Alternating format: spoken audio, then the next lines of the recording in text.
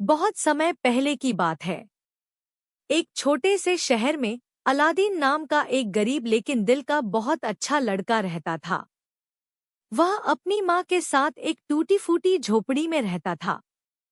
Aladdin अक्सर काम करने के बजाय खेलकूद में समय बिताता था, लेकिन उसकी किस्मत में कुछ बड़ा लिखा था। एक दिन एक अजनबी जादूगर उसके पास आया। उसने खुद को अलादीन का चाचा बताया और उसे अपने साथ एक रहस्यमय गुफा तक ले गया। गुफा के अंदर बहुत सारे खजाने थे, लेकिन जादूगर को सिर्फ एक पुराना सा चिराग चाहिए था। उसने अलादीन से कहा, जाओ, अंदर से वो चिराग लेकर आओ। अलादीन जैसे ही गुफा के अंदर गया, उसने देखा कि वहां सोना चांदी और हीरे जवाहरात चमक रहे हैं। लेकिन उसने जादूगर की बात मानते हुए सिर्फ चिराग उठाया। जब वह बाहर आया, तो जादूगर ने कहा, पहले चिराग मुझे दो। अलादीन को कुछ शक हुआ और उसने मना कर दिया। तभी गुस्से में आकर जादूगर ने गुफा का दरवाजा बंद कर दिया और अलादीन अंदर ही फंस गया। घबराया हुआ अलादीन बैठा रो रहा था। तभी उसने गलती से उस चिराग को रगड़ दिया। अचानक एक बड़ा सा जिन्न प्रकट हुआ। जिन्न ने कहा, मैं इस चिराग का गुलाम हूँ। जो भी इसे रगड़ता है, उसकी हर इच्छा पूरी करता हूँ। अलादीन हैरान रह गया।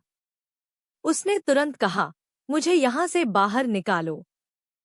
पलक झपकते ही जिन्न ने उसे गुफा से बाहर पहुंचा दिया। अब अलादीन और उसकी माँ की जिंदगी बदल गई। जिन्न की मदद से उनके पास अच्छा खाना, सुंदर घर और हर सुख सुविधा आ गई। लेकिन अलादीन घमंडी नहीं बना, वह हमेशा दूसरों की मदद करता रहा। कुछ समय बाद अलादीन को शहर की राजकुमारी से प्यार हो गया। जिन्न की मदद से उसने राजकुमारी से शादी भी कर ली। दोनों खुशी खुशी रहने लगे। लेकिन वह जादूगर वापस आ गया।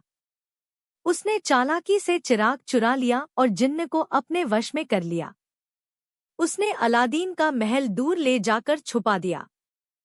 अलादीन बहुत दुखी हुआ, लेकिन उसने हिम्मत नहीं हारी। उसने अपनी बुद्धि और साहस से जादूगर को हराया और चिराग वापस हासिल कर लिया। जिन्न फिर से उसका वफादार बन गया। अंत में अलादीन ने जिन्न को आजाद कर दिया, क्योंकि वह समझ चुका था कि असली ताकत जादू में नहीं, बल्कि इंसान की मेहनत, समझदारी और अच्छे दिल में होती है।